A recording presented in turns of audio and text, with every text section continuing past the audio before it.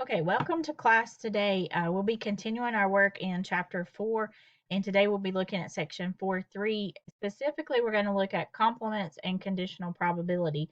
We've touched on these a little bit already, but we're going to look at some more application problems and so forth to help us understand it better. Okay, so we're going to be extending the use of the multiplication rule to include probability that among several trials we get at least one of some specified event. So we've actually done some at least one type problems, and that's really going to be the focus of today's lesson is the at least one problems, and also the conditional probability, which is the probability of an event occurring when we have additional information that some other event has already occurred. Okay, so starting with the probability of at least one. So if you see the word at least one in the in a problem that you're asked to work with, this is the approach that you're going to take. So when finding the probability of some event occurring at least once, we need to understand that at least one has the same meaning as one or more. So at least one is one or more. So the complement to getting at least one is the event that you get none of that particular occurrence. So here's kind of a listing. If we look at all the numbers from 0 to infinity, at least one is going to start with 1 and go to infinity. So at least one includes everything except 0. 0 is the part that's not going to be included in the at least one part here. So that's important to remember. And this is kind of another diagram. If we've got everything else out here, then at least one, if we're saying event A is at least one senior in the class, then the complement to that is going to be that there's no seniors in the class. So those are important, an important relationship to keep in mind. Okay, so some notation here. We're going to let the probability of A be the probability of getting at least one of some event. Then the complement to that is going to be getting none of the event that's being considered. So down at the bottom here, the probability of at least one occurrence of event A is 1 minus the probability of no occurrences of event A.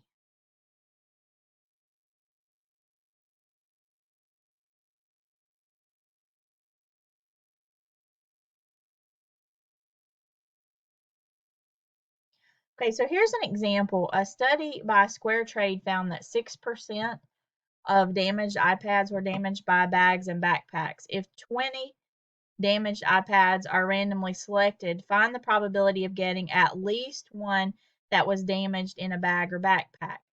Okay, so we're looking for a probability of at least one. So we want the probability of at least one iPad damaged in I'm just going to put backpack to simplify this. Okay, I encourage you to write these out in words. I think you'll find that it's helpful to keep you organized. So looking back, the probability of at least one occurrence of this event is 1 minus the probability of no occurrences of the event.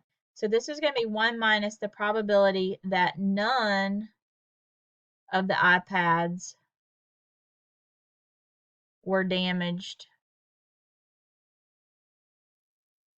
in the backpack. And I'm even going to say none of the 20, okay, because it's important to kind of keep track of how many we're talking about here. All right, so looking at this, I'm going to have 1 minus the probability. I'm going to do a rewrite here. So instead of talking about none of them, I'm going to talk about all of them. So I'm going to say the probability that all 20 were not damaged in the backpack. So I would encourage you to take a minute and understand in your own mind how these are two equivalent statements.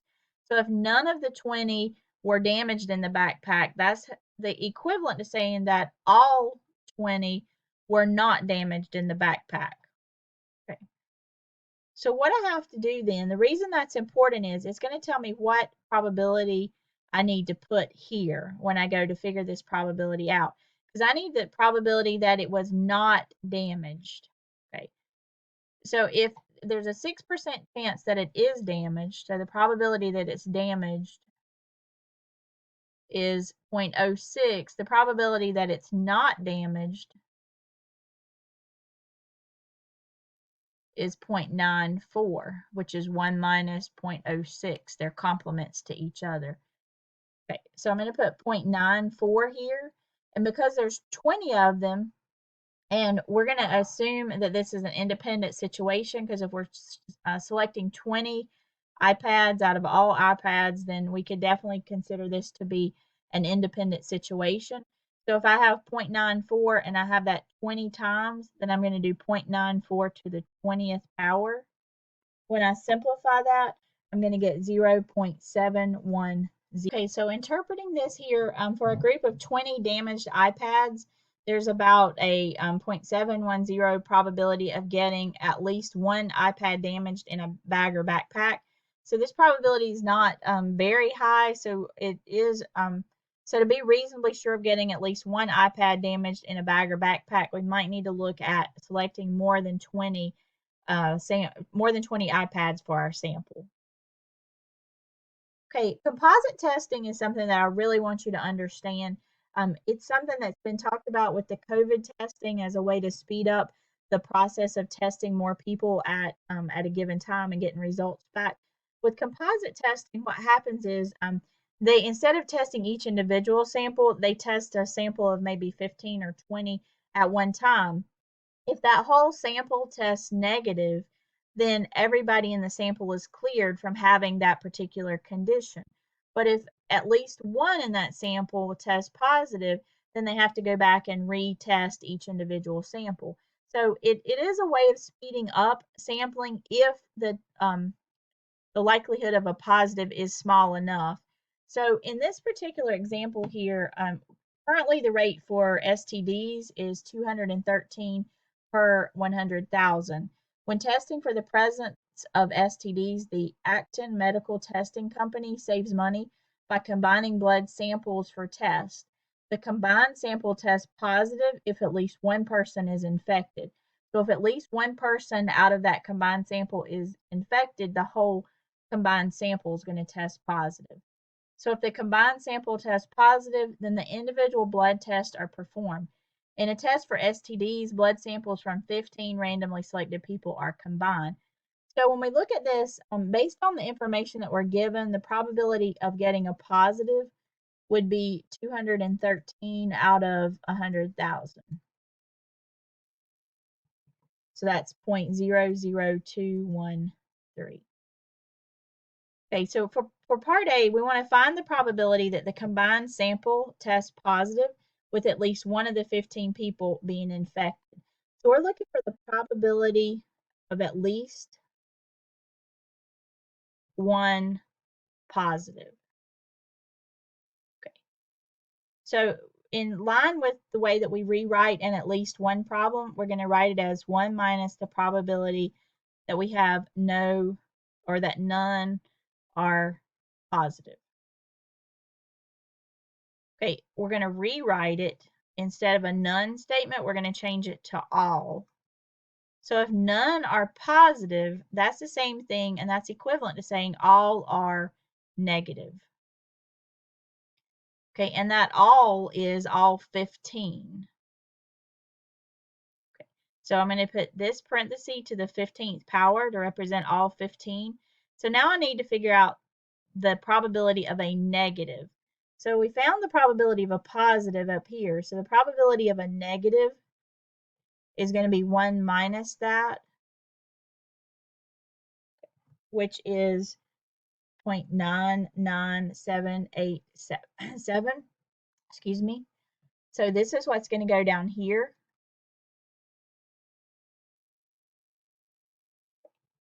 And so we're going to get 0.0315.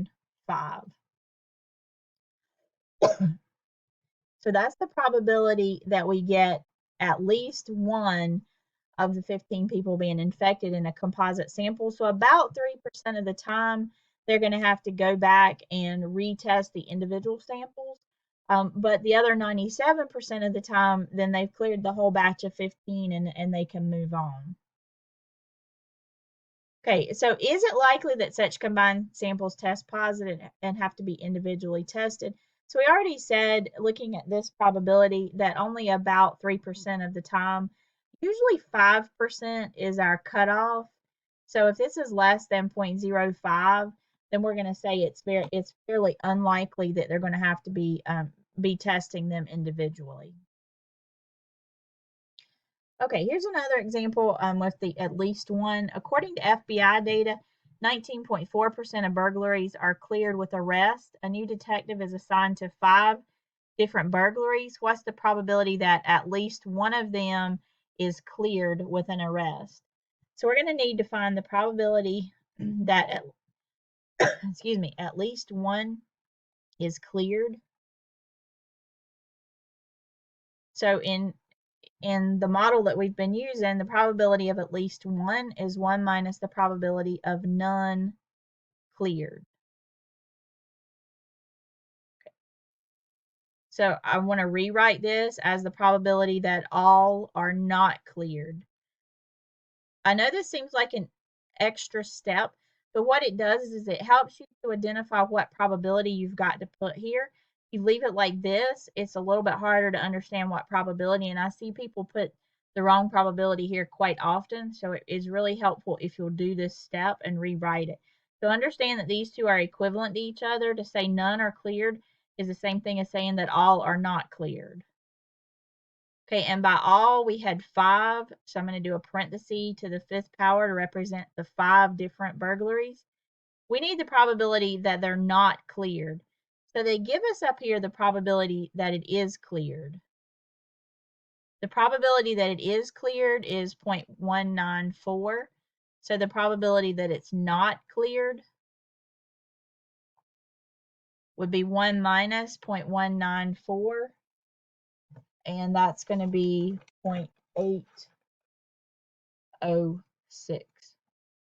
So this is the value that's going to go down here.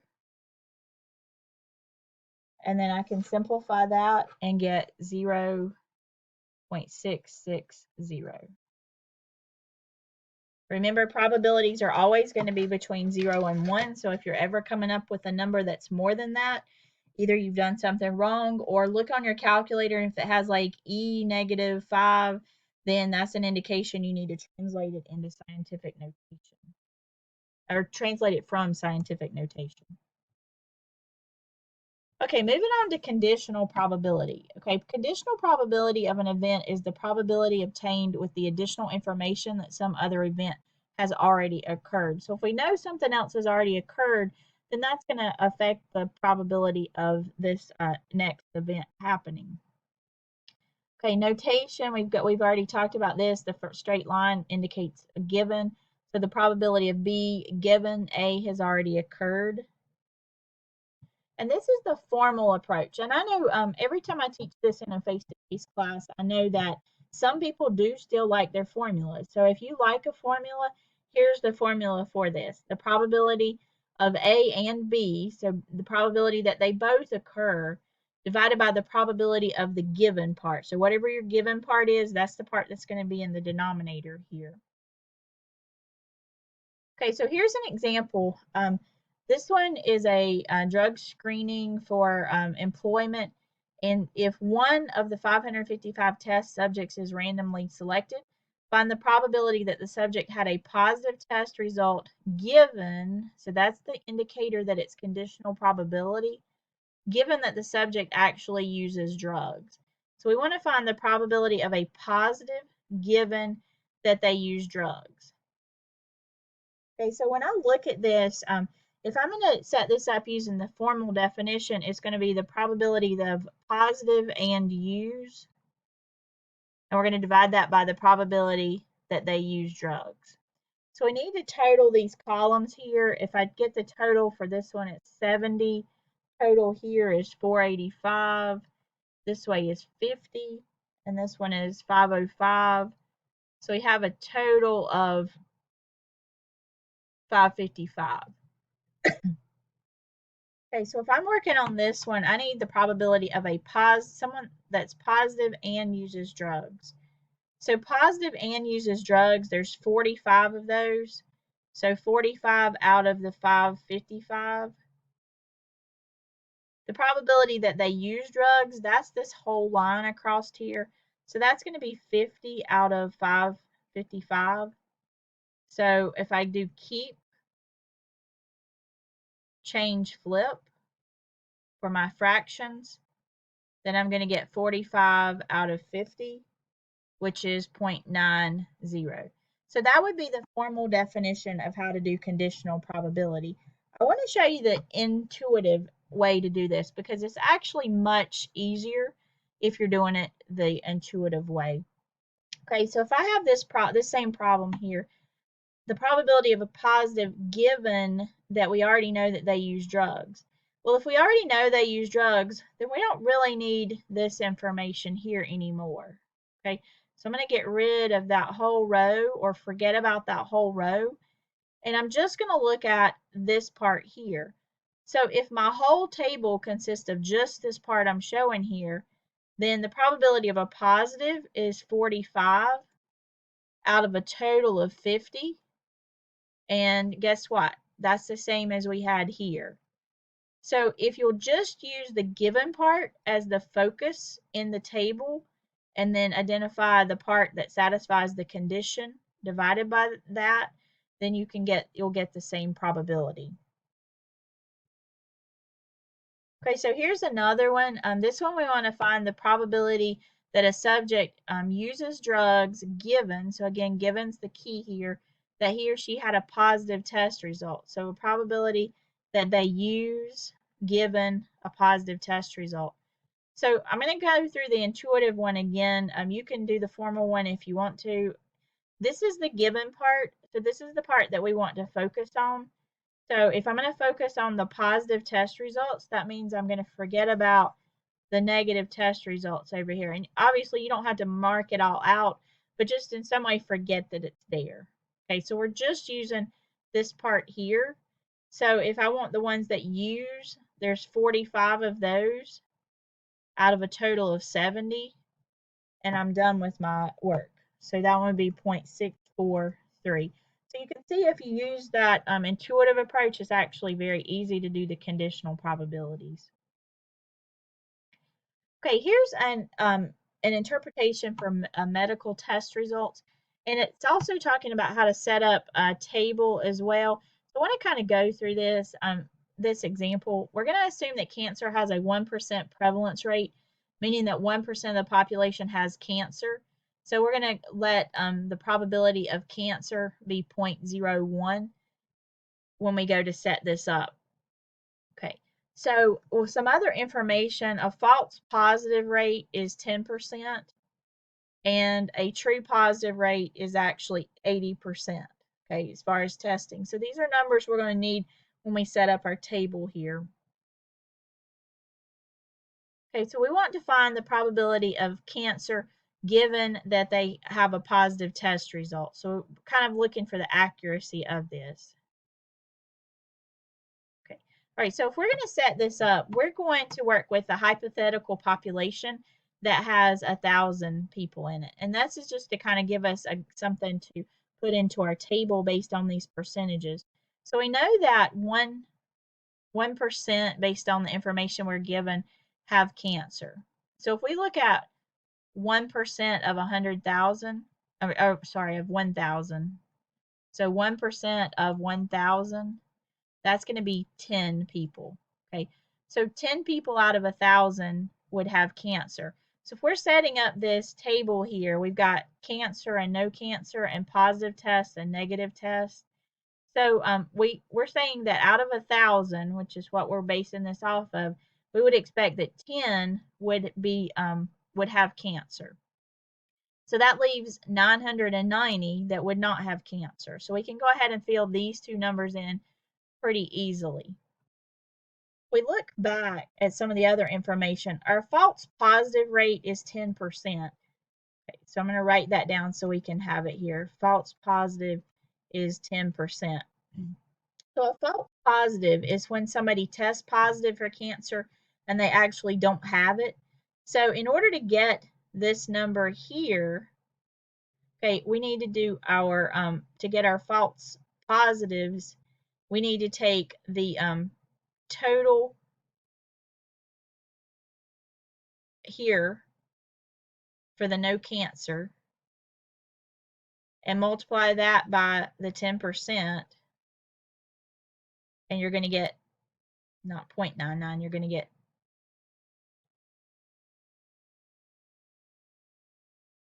99. Okay, so that's where this 99 is coming from. So if that many are false positives, then that leaves 891 to be true negatives. So we would get this number by doing 990 minus 99, and that's going to give us the 891. Okay, again, if we look back to this other information, our true positive rate is 80%.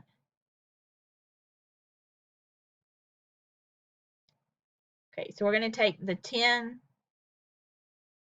multiply that by the 80%, and that's going to give us 8.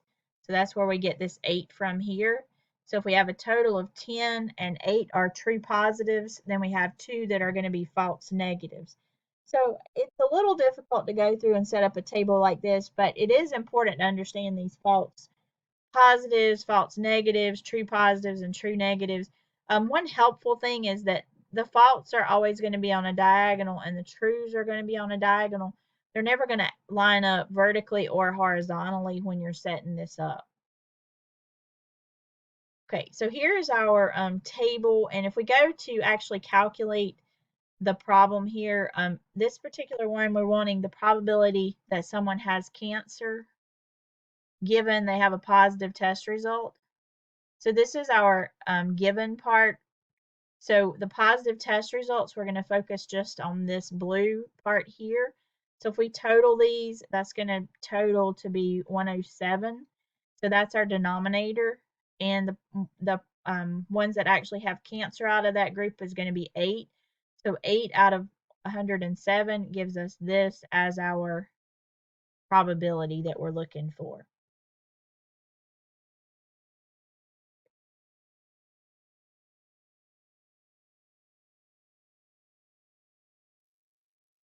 Okay, I've got a couple application problems that I would like for us to take a quick look at. Here, suppose that a satellite defense system established in which 4 satellites acting independently have a 0.95 probability of detecting an incoming ballistic missile. What's the probability that at least one of the 4 satellites detects an incoming ballistic missile? Would you feel safe with such a system? And if not, how many such satellites would be required before you would feel safe? So I want you to take a minute and think about this problem and see if you can set it up. Okay, when you read through this, you see that this is an at least one problem. So when we set this up, we need the probability that at least one of the satellites is going to detect an incoming ballistic missile. So when we rewrite this, we're going to do 1 minus the probability that none detect it. And we're going to change that into an all statement. So 1 minus the probability that all fail to detect. So either none detect or all fail to detect. So when I go to write this, and that's all 4, okay, so we'll do 1 minus, put our parenthesis, and have it to the 4th power. We need the probability that they fail to detect. So 0.95 is the probability that they detect. So 1 minus 0.95, that's going to be the probability that they fail to detect. And that's what we need to use here for our calculation. So this should be the answer that we get. So in looking at this, there's about a 99.999375% chance that one of these 4 satellites is going to intercept any kind of ballistic missile that's coming in. So the question here is, would you feel safe with such a system? So is 99.999375%, is that good enough, or do we need to add another missile to increase the safety level here? Before you answer that, and this is kind of gets into what people in this field deal with, is obviously lives matter, and we don't want to discredit that, but at the same time, it's costly to add these satellites. So I know this is a little bit blurry, but if you look at the highlighted information here, this was from a website, and this is actually a few years old at this point. But in the satellite, it cost 500 million for the satellite, and then another 300 million to launch that. So, like I said, this is a few years old. The information. So you're looking at close to $1 billion per satellite to be added to the situation. Yes, we gain some mathematically by increasing the number of satellites. We also increase the cost significantly by adding more satellites. So it's a balancing act between the value we place on people's lives and how much money we're willing to spend and so forth. Okay, here's an example. This is from the year 2013, and it's talking about is some Census Bureau data looking at 68,000 households and whether they have private health insurance, government health insurance, or they're uninsured. So I want you to again try these and then take a look at the correct answers for each of these.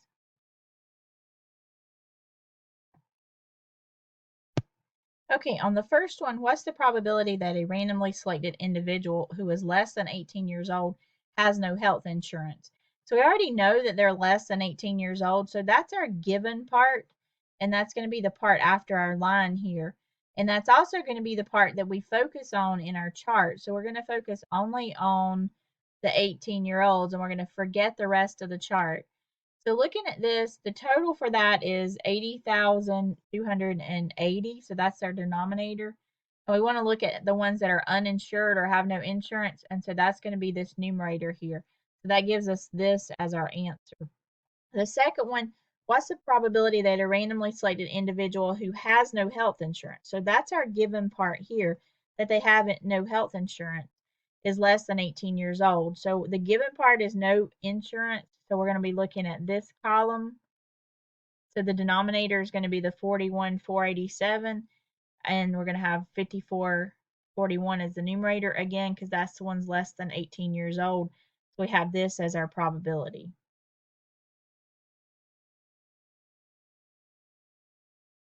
Okay, this one is talking about one method of a procedure called acceptance sampling. In that method, a sample of items is randomly selected without replacement. So without replacement is important. And the entire batch is accepted if every item in the sample is okay. So we have the probability of a defect is going to be 83 out of this 854, and the probability that it's not defective is going to be 771 out of 854. So the 854 is the total, 83 are defective, so 771 are not defective. Okay, so looking at this, if 4 of the Samsung Note 7s are randomly selected and tested, what's the probability that the entire batch will be accepted? So the entire batch is going to be accepted if the entire batch of 4, so all 4 are not defective. Okay. So the probability that all 4 are not defective is going to be 771 over 854. That's going to be to the 4th power. So we're going to have 0.664. Okay, so is this scheme likely to detect the large number of defects? We're actually, it has an acceptance rate of about 66.4% and a rejection rate of about 33.6%. So it is not very likely that it's going to detect the large number of defects, because about 66% of the time it's actually going to accept the batch and go on and not pick up on all the defects that we're seeing here with this. Okay, so that takes us to the end of section 7.3. Next class, we are going to, you will have a video, but it's not going to be for a new section. It's just going to look at some more examples dealing with probability and the different concepts that we have worked with. So thank you and have a good day.